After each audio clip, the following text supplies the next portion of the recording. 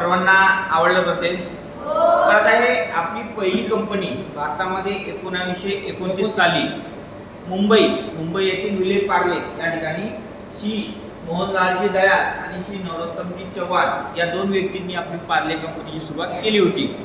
सुरुवातीला तिथे ते कन्फेक्शनरी तयार करत होते व हळूहळू पार्लेजी बिस्किट बनवायला त्यांनी सुरुवात केली व त्याचे जे प्रॉडक्ट आहेत पार्ले कंपनी आता जागतिक लेवलवर जगामध्ये सगळीकडे प्रसिद्ध झालेले आहेत।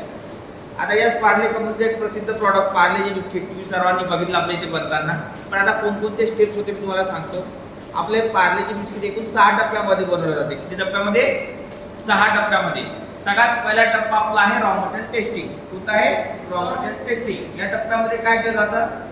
जो कच्चा माल आहे त्याची क्वालिटी टेस्टिंग, त्याची गुणवत्ता पाहिली जाते। त्याची गुणवत्ता चांगली असेल, बिस्किट बनवण्यास योग्य असेल तर त्याचा बिस्किट बनवण्यासाठी वापर केला जातो। हा झाला पहिला टप्पा आपला रॉ मटेरियल टेस्टिंग। दुसरा टप्पा आपला आहे मिक्सिंग। मिक्सिंग मध्ये काय करतो आपण? मैदा, साखर, घी, सिरप आणि फ्लेवर ह्या सगळ्या गोष्टी आपण मिक्सिंग मशीन मध्ये आरोच्या पाण्याबरोबर मिक्स करतो।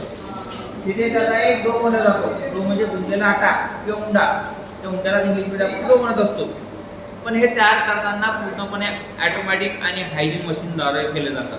तिथे डो बनवताना कुठलाही आपला हाताचा उपयोग केला जात नाही, पूर्णपणे मशीनद्वारे तो डो बनवला जातो।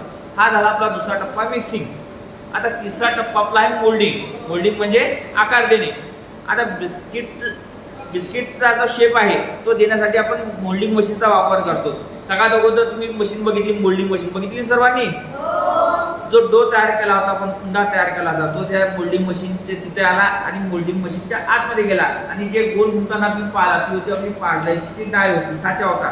त्या साच्याच्या आतमध्ये आपला तो डो गेला, उंडा गेला आणि तिथे त्याला कच्चे बिस्किटचा आकार आला आणि ते कच्चे बिस्किट आहे त्या साच्यामधून बाहेर आले। आपले एका मिनिटाला 10,000 कच्चे बिस्किट त्या साच्यामधून बाहेर येतात। आता ही झाली आपली थर्ड स्टेप मोल्डिंग म्हणजे आकार देणे। आता हे मोल्डिंग मशीन मधून साच्यामधून कच्चे बिस्किट बाहेर आले। आता कच्चे बिस्किटना आपल्याला काय करणार आहे? बेक करणार आहे। बेकिंगसाठी आपण इथे ओव्हनचा वापर करतो। तुम्ही खूप लांब असा बॉक्स बघितला सर्वांनी, त्या बॉक्सला आपण ओव्हन म्हणतो। हे ओव्हन आपण एलपीजी गॅसवर चालवलं जाते आणि या ओव्हनच्या आतमध्ये बर्नर लागलेले आहे। त्या बर्नरच्या फ्लेमवरती आपले बिस्किट भाजले जातात। आतमध्ये गेल्यानंतर 3.5 मिनिटं बिस्किट भाजले जातात। भाजल्यानंतर त्याला गोल्डन ब्राऊन असा मस्त त्याला कलर येतो आणि हे बिस्किट ओव्हनच्या बाहेर येते गोल्डन ब्राऊन कलरचे। पूर्णपणे भाजल्यानंतर हे बिस्किट गरम राहतात। आता या गरम बिस्किटना काय करणार पडेल? आपल्याला 5व्या टप्प्यामध्ये थंड करणं पडेल।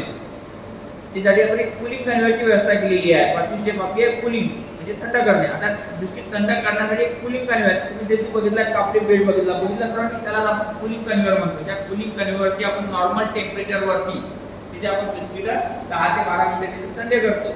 थंड झाल्यानंतर 40-42 डिग्री वरती त्याला पॅकिंग मशीनवर पाठवून त्याला पॅकिंग ते बिस्किट आहे पॅक केलं जातात। तिथे आपण इथे एकूण 4 साईजमध्ये बिस्किट पॅक केलं जातात। छोटं 45 ग्रॅमचं 9 बिस्किट वालं 5 वालं पॅकेट पॅक केलं जातं। सध्या किंमत त्याची 4.45 आहे। त्याच्यानंतर 2 नंबरला दाखवलेला 10 वालं पॅकेट तिथे पॅक करताना तुम्हाला दिसलं असेल आणि 3 आणि 4 नंबरला 2 मोठी पॅकिंग आहे, एक 250 ग्राम आणि 800 ग्राम। अशा 4 पॅकिंगमध्ये जवळपास एका दिवसामध्ये इथे 60 टन म्हणजे 600 क्विंटल एवढं बिस्किट एका दिवसामध्ये इथे तयार केले जातात। आज आतमध्ये फक्त 5 वाली पॅकिंग तुम्हाला पाहायला मिळालेली आहे। याच्या 3 पॅकिंग आहे। आपलं याचं प्रोडक्शन या महिन्यामधलं कंप्लीट झाल्यामुळे ह्या 3 ज्या पॅकिंग आहे कंप्लीट झाल्यामुळे बंद आहे। तर त्याचा 5 वाला पॅकेटचं आपलं प्रोडक्शन चालू आहे आतमध्ये, ते तुम्ही सगळ्यांनी बघितलं। आता छान वाटलं सर्वांना प्लॅन? बरं, आता आपल्या सर्वांना खाली जाणं आहे एका लाईनमध्ये ग्रुप फोटो काढण्यासाठी। जसे सिस्टीममध्ये आपण वरती आलो तसे आपण सिस्टीममध्ये एका लाईनमध्ये खाली जाणार आहे।